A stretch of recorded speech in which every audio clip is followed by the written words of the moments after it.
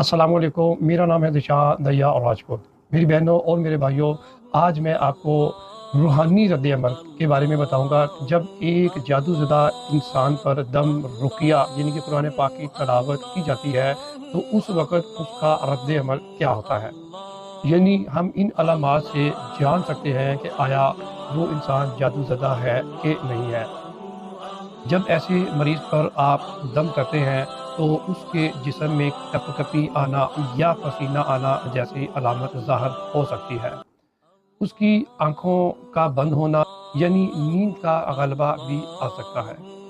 दम के दौरान मरीज़ सीने पर बोझ या साँस लेने में दुश्वारी ऐसा महसूस कर सकता है।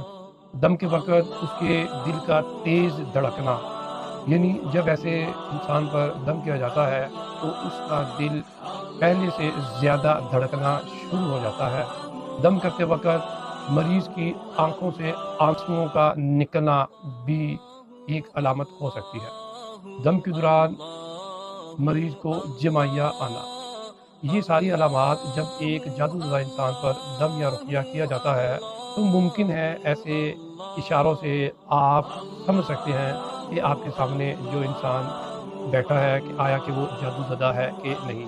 कि मैंने जितनी भी अलामात बताई हैं, ये सारी एक अंदाज़े के मुताबिक, ज़रूरी नहीं कि इस तरह की कई अलामात किसी इंसान के अंदर मौजूद हों और आप उसको ऐसा बोल दें कि वो जादूज़दा है। बाज़ औक़ात कोई नफ़सियाती मसाइल या मेडिकली मसाइल या कोई उस इंसान की गलतियों की वजह से भी कुछ प्रॉब्लम का सामना करना पड़ता है। मैंने एक जादूज़दा इंसान के तकरीबन सारी अलामात के बारे में आपको बताया है। साबिक़ा किस्म के अंदर मैंने एक जादूज़दा इंसान की जिस्मानी और रूहानी, माशरती, घरेलू और